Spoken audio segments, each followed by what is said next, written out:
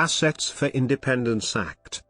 Assets for Independence Act, AFIA, is an American law which provides $125 million over 5 years to fund individual development accounts, IDA. Individual development accounts are matched savings accounts that help low-income people save for a particular goal, such as buying a home, paying for post-secondary education, or starting or expanding a small business. History.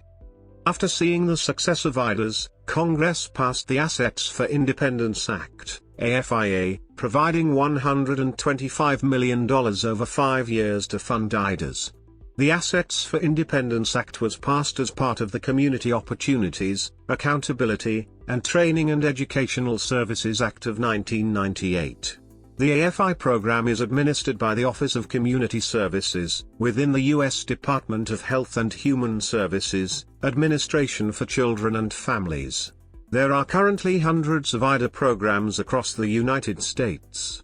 CFT is well known in the field as the expert on individual development accounts, as well as other asset building programs and policies.